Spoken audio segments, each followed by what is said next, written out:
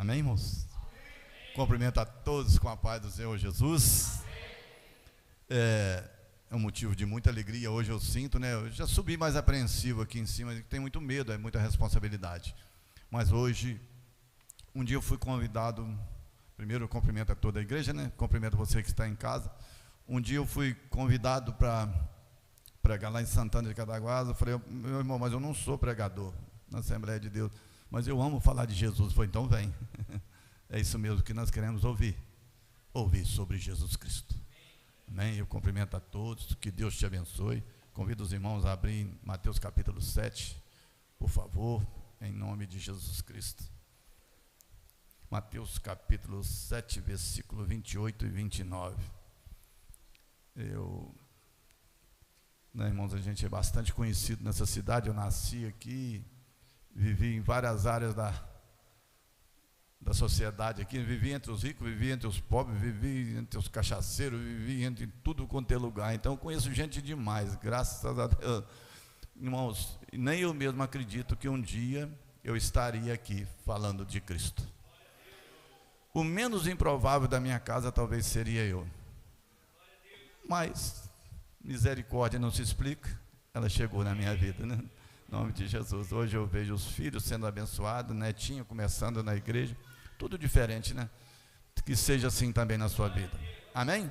Mateus capítulo 28, Mateus capítulo 7, versículo 28, diz assim: quando Jesus acabou de proferir essas palavras, estavam as multidões maravilhadas da sua doutrina, porque ele ensinava como quem tem autoridade e não como os escribas.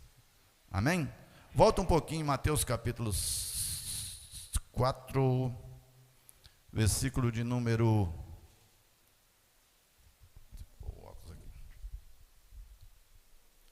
23, 4, 23, 24 e 25. Mateus capítulo 3. Percorria Jesus toda a Galileia, ensinando nas sinagogas, pregando o evangelho do reino e curando toda sorte de doença e enfermidade entre o povo. E sua fama correu por toda a Síria. Trouxeram-lhe então todos os doentes acometidos de várias enfermidades e tormentos, endemoniados, lunáticos e paralíticos, e ele os curou. E da Galileia, Decápolis, Jerusalém, Judeia e da além do Jordão, numerosa multidão o seguia. Mateus 5, versículo 1. Vendo Jesus as multidões, subiu ao monte e, como se assentasse, se aproximou dos seus discípulos. Ele passou a ensiná-lo, dizendo: amém, irmãos? Em nome de Jesus. Pode sentar, irmãos, por favor. Perdão. Fique bem à vontade, em nome de Jesus. Assim como a chuva inundou a terra nessa tarde, espero que o Espírito Santo inunde o seu coração nessa noite. Espero que você seja tocado por Deus nessa noite. Eu não sou nada, mas o meu Deus é muito grande. Ele é muito misericordioso e poderoso. Eu sei, irmãos, que alguém aqui pode estar precisando daquilo que eu vou falar nessa noite, em nome de Jesus. Não é? Em nome de Jesus. Irmãos, a palavra do Senhor diz que no capítulo 5 começa o sermão do monte. Jesus, vendo aquela multidão que o seguia por causa dos milagres que ele fazia, Jesus convidou os discípulos e aquelas pessoas, sentou no monte e começou a ensiná-los. Essa semana nós estudamos que nós precisamos compreender aquilo que fazemos. Jesus olhou aquela multidão correndo atrás dele pela cura, pela transformação das pessoas endemoniadas, por tantos milagres que as pessoas precisavam. Mas Jesus falou: eu vou fazer o milagre, porque o milagre atrai as pessoas para a igreja, mas eu preciso entender que milagre não te leva para o céu. Irmãos, é isso que eu quero falar nessa noite, que Jesus ensinava. E no capítulo 7 de Mateus, versículo 28 e 29, quando Jesus acabou de proferir essas palavras, estavam as multidões maravilhadas da sua doutrina, porque ele ensinava como quem tem autoridade e não como os escribas. Então o texto começa dizendo no Sermão do Monte que Jesus assentou para ensinar. E quando terminou, as pessoas ficaram encantadas com o ensinamento de Jesus Cristo. As pessoas sentiram coisas que nunca sentiram, irmão. Então, irmãos, o que eu quero dizer para a igreja nessa noite, essa palavra Deus me deu quando eu estava ministrando um estudo de célula. Você que quer ser um líder de célula, aproveita a oportunidade, irmão. Você que quer pregar, como eu tenho aprendido na policlínica, como eu tenho aprendido nas manhãs aqui ministrando uma palavra no coração dos irmãos, quando eu tenho aprendido nos estudos. Eu fiz uma pergunta no estudo de célula e eu fiquei um pouco apreensivo. Vocês são mais crentes hoje ou quando começou? Irmão, foi quase unanimidade e eu quase caí de costa. Somos piores hoje. Somos mais fracos hoje do que quando começamos.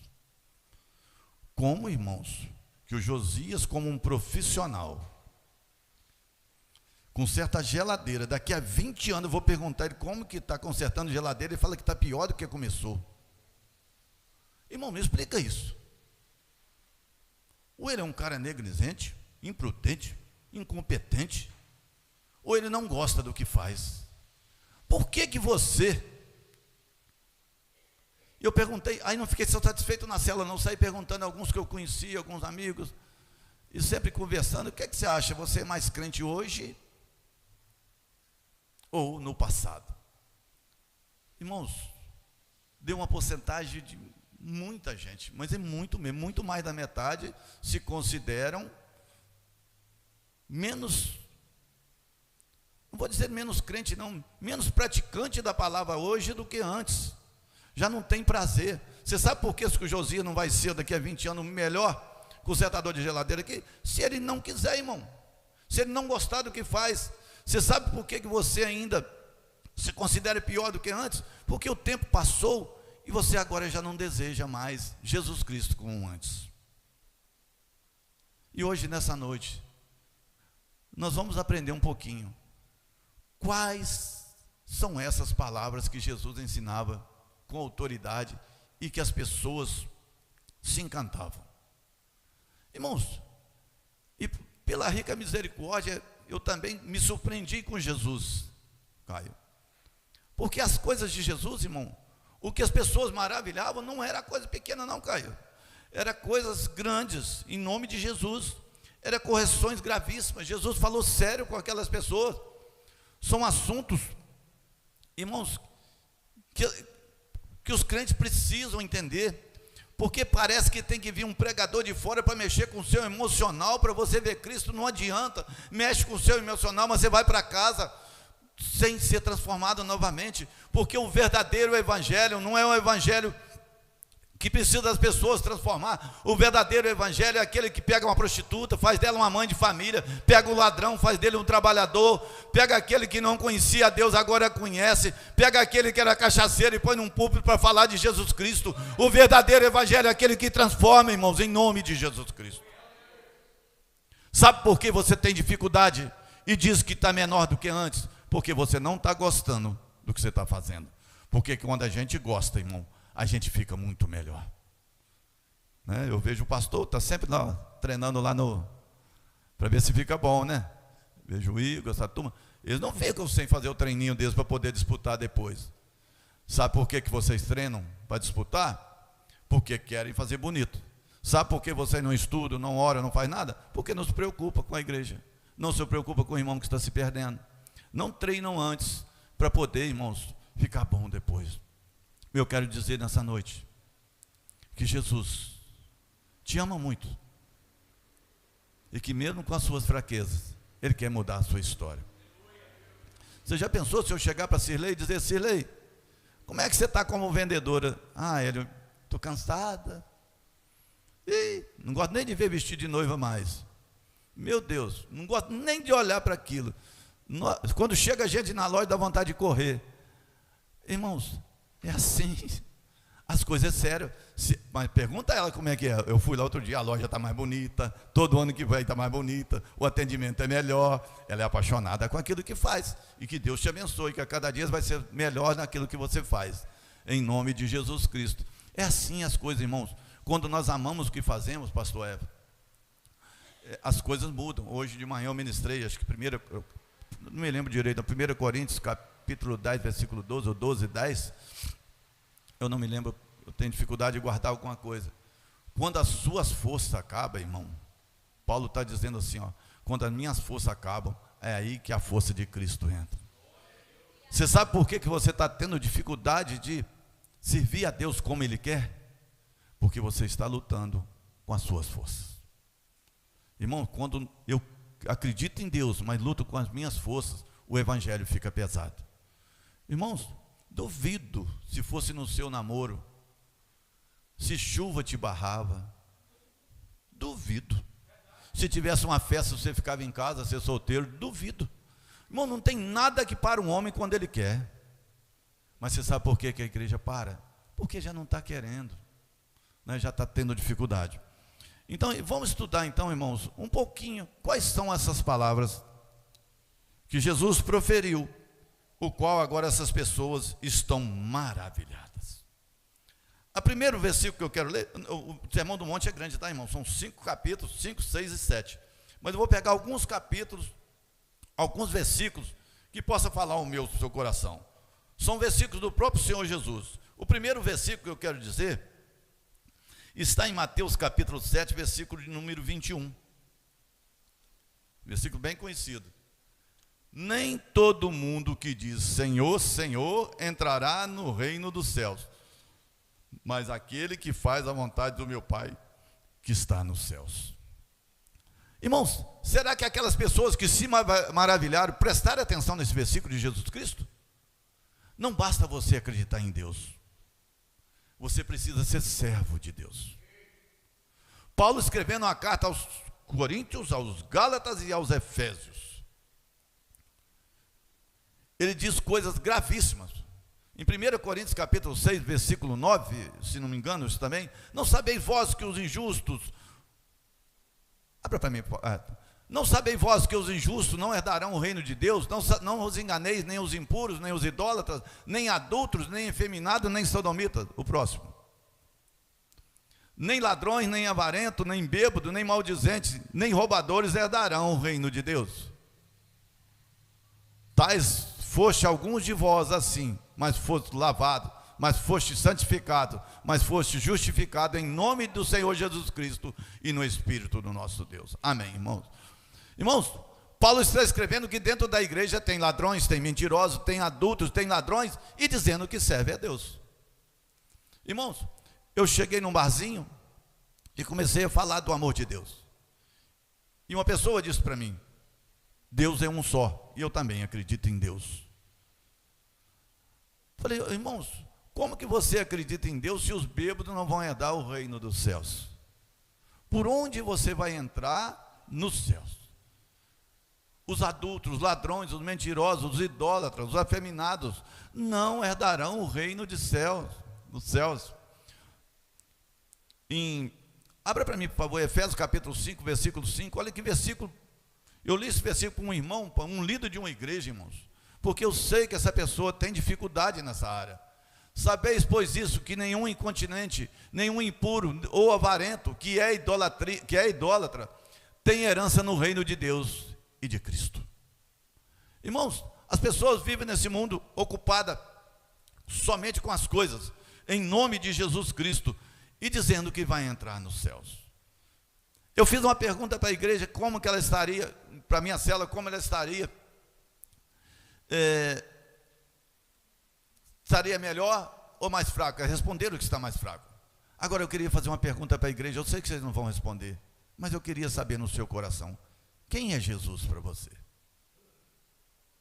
É nada? É alguma coisa? Ou é tudo? Porque as pessoas que são barradas por poucas coisas, Jesus é apenas alguma coisa. Jesus é um curandeiro, Jesus é um salvador de casamentos, Jesus é o que pode dar riqueza, Jesus é alguma coisa. Jesus não é só isso, irmãos. Jesus ou é tudo para você, ele não é nada. Jesus disse em Apocalipse para 2 igrejas que tinha coisas contra ela. Talvez Deus tenha coisa contra vocês. O que está acontecendo com o seu amor que esfriou? Jesus disse que aquele que está morno está longe de Deus. Ou você esquenta, ou você vai ficar separado de Deus.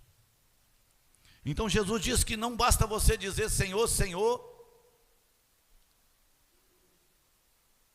que você entrará no reino de Deus. Não basta você acreditar. Logo em seguida, em Mateus capítulo 7, versículo 26, diz assim, ó: e todo aquele que ouve essas minhas palavras e não as pratica, será comparado ao homem insensato, que edificou sua casa sobre a areia. Caiu a chuva, transbordaram os rios, sopraram os ventos e deram com ímpeto contra aquela casa, e ela desabou, sendo grande a tua ruína.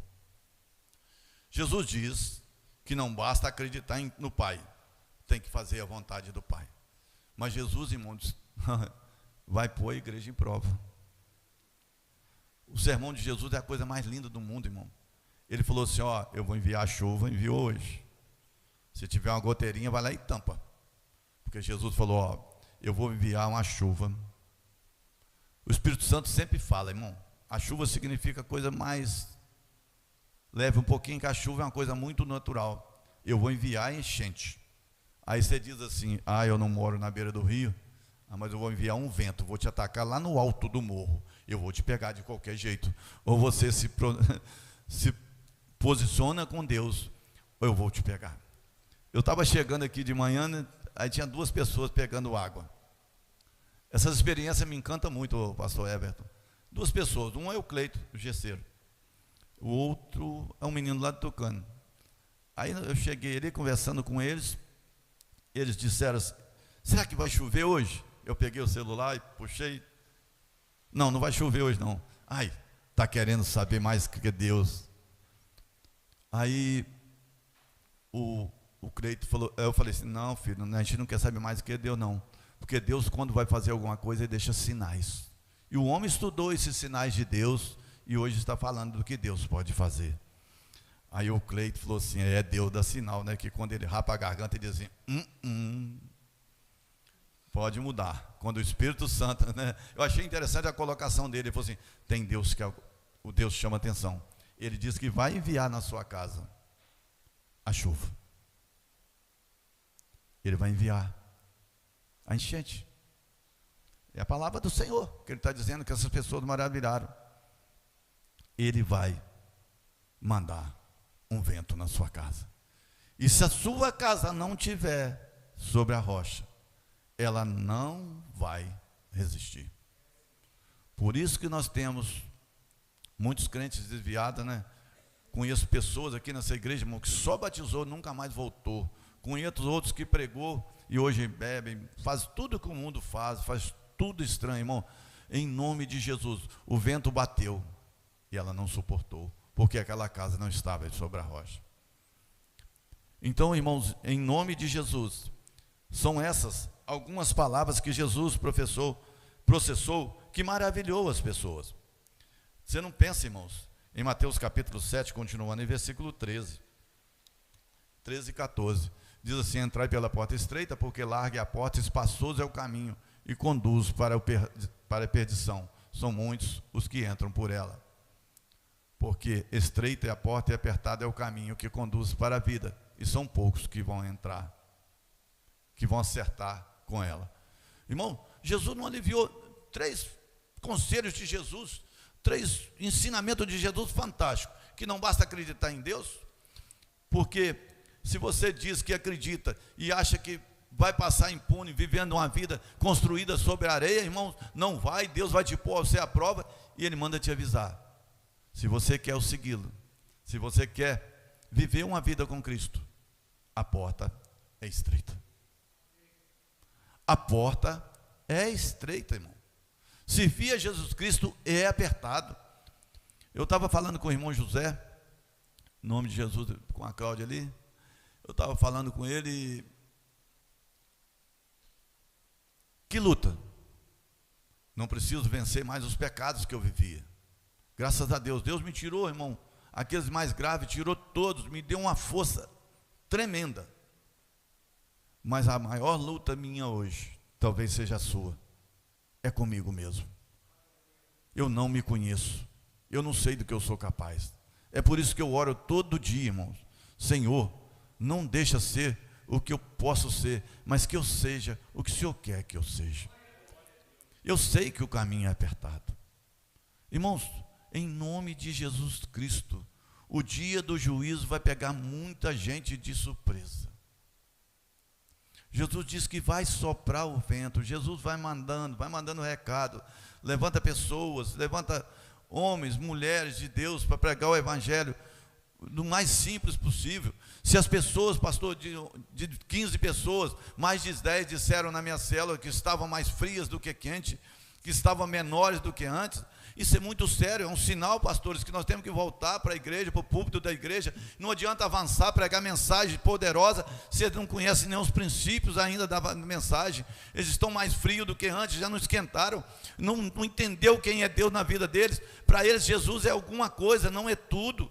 Que dificuldade, que luta, irmãos, em nome de Jesus. É apertado é o caminho, mas Deus diz que vai passar nesse caminho apertado. Ele vai passar com você, vai te pegar pelas mãos e vai te conduzir por esse caminho apertado, por esse mundo, em nome de Jesus Cristo. Não rejeite os ensinamentos do Espírito Santo, não rejeite aquilo que Deus te chamou, entenda seu chamado com Deus. Você sabe qual uma das dificuldades que você pode estar enfrentando? Que você não sabe ainda o que Deus quer de você, ou melhor, você não quer saber de Deus o que Ele quer para você. Você nunca perguntou a Deus: Senhor, o que o Senhor quer que eu seja? Você sabe por quê? Porque você não quer ouvir o chamado de Deus, porque você não quer abrir mão da sua vida para poder servir a Deus completamente. Em nome de Jesus Cristo. São palavras que maravilharam as pessoas. Essas pessoas ficaram maravilhadas. E esse povo ficaram encantados com aquilo que Jesus dizia. E Jesus incita esse povo a orar também, que está em Mateus capítulo 7, versículo 7. Pois dá-se-vos-á e buscar, pedi dá-se-vos-á, buscai e acharei, batei e abre-se-vos-á. Pois todo aquele que pede, recebe, busca, encontra, quem bate, abre-se-vos-á. Ou quem dentre vós um homem que porventura o filho lhe pedir um pão, lhe dará uma pedra, ou lhe pedir um peixe, lhe dará uma cobra? Ora, vós sois maus, sabeis das coisas, boas dádivas aos vossos filhos, quanto mais o vosso Pai que está nos céus, boas coisas lhe dará aos que pedirem. Tudo, pois, quanto quiseres que os homens vos façam, assim fazei vós também aos outros. Jesus está ensinando nós a orar. Pede, eu vou te dar, bate, eu vou abrir a porta. Tudo bem, parece que Jesus é só isso, né? Mas Jesus disse assim: pede, eu vou te dar, bate e a porta será aberta. Mas eu tenho um ensinamento para você, Caio. Eu tenho um ensinamento para você, pastor Josias, todo mundo que está aqui, Vinícius. Faça primeiro, para depois receber. Faça com os outros tudo o que você quer que os outros façam com você. A gente sempre está querendo algo, mas Jesus disse: se não tiver plantio, não tem colheita. Amém, irmãos? Em nome de Jesus, se não tiver plantio, não tem colheita. Voltando mais um pouquinho no capítulo 7, ensinamentos maravilhosos em nome de Jesus Cristo. Buscar em primeiro lugar o reino, Mateus capítulo 6, agora versículo 33. Buscai, pois, em primeiro lugar o reino de Deus e a sua justiça, e todas essas coisas serão acrescentadas. Irmãos, Jesus é o primeiro na sua vida? Nessa geração hoje, todas as gerações foram enganadas por as coisas do mundo, mas hoje estão vivendo tempos muito difíceis. Deixa eu te fazer uma pergunta. Em primeiro lugar, o reino de Deus. Concorda? Mas agora eu vou te fazer uma pergunta. O que você tem dado para Deus? O melhor do seu tempo ou a sobra do seu tempo? O que você tem dado para Deus? O melhor do seu tempo ou a sobra do seu tempo? Jesus disse que para buscar em primeiro lugar o reino. Ô irmão, o primeiro lugar é o reino, e a sobra eu faço com ela o que eu quiser. Só que nós estamos vivendo um mundo consumista, um mundo cheio de adversidade, cheio de coisas para fazer. Se sobrar, eu dou um tempinho para Deus.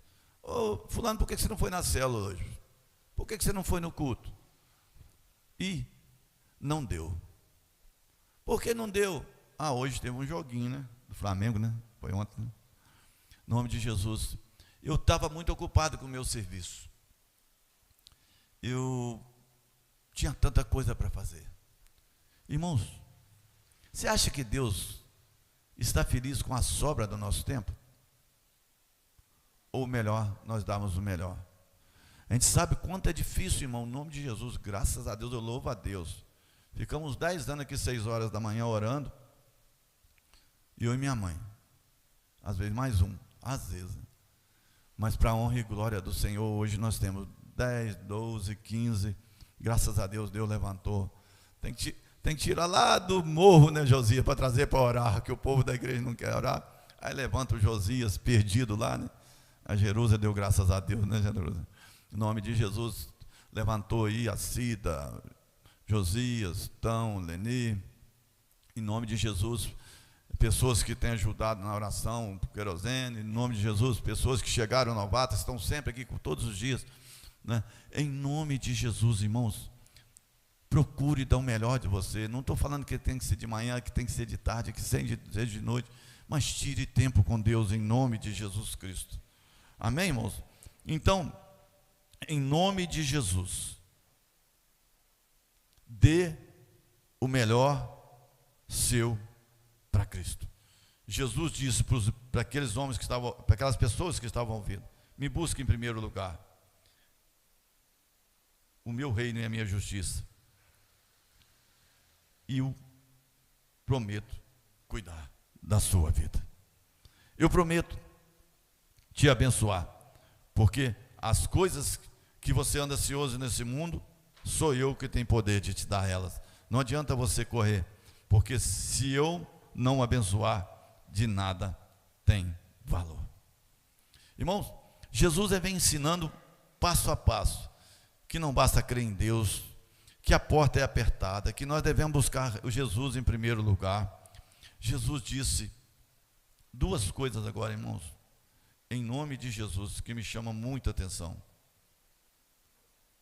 que é Mateus capítulo 6, versículo 16, que fala do jejum, e Mateus 6, 5, que fala de oração.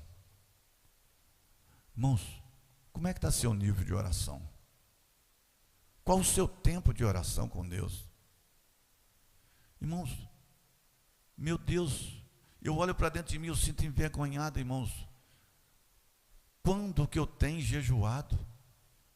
Qual o motivo que eu tenho jejuado?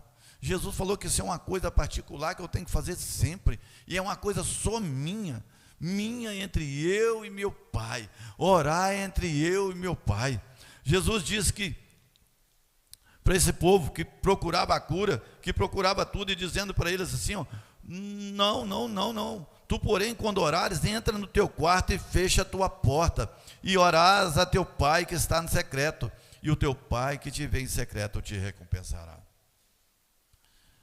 Como que está o seu secreto com Deus? Como que está o seu secreto com Deus? Quantos minutos de oração, quanto tempo de oração, irmão? Ô, irmão, eu venho todo dia orar, tem dia que eu fico orando no relógio, parece que a meia hora não passa. Irmão, você acha que meia hora com Deus é muito? Irmão, é uma vergonha, eu sinto vergonha de mim. Parece que a meia hora não passa. Eu estou ansioso para fazer alguma coisa, e aquela oração está demorando muito. Em nome de Jesus Cristo, como está o seu secreto com Deus? Como que você vai conhecer a Deus se você não lê, não ora, e não jejua e não busca a Deus? Você vai conhecer a Deus como, irmãos? Você vai beber só do emocional de alguns pregadores eloquentes, pessoas que pregam, que levantam a igreja mesmo, homens realmente de Deus, homens usados por Deus, irmão. Mas você não pode viver só desse momento, você também tem que ter o seu momento com Deus. Você tem que ter momentos sozinho com Deus, onde você vai pular e saltar de alegria com a presença do Espírito Santo. Nós não podemos viver só da mente daquilo que é oferecido aqui no púlpito. Nós também temos que ter nossa experiência com Deus. Você precisa ter sua experiência com Deus.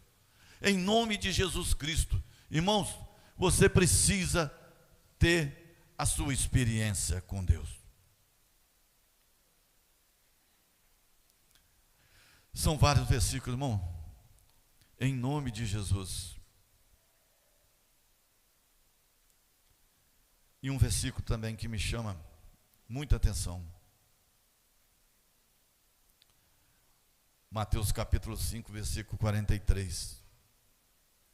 Você ouviu o que foi dito: amarás o teu próximo e odiarás o teu inimigo. Eu, porém, vos digo: amai os vossos inimigos e orai pelos que vos perseguem, para que vos se tornei filho do vosso Pai que está celeste, porque Ele faz nascer o sol sobre os maus e os bons, e a chuva sobre os justos e injustos.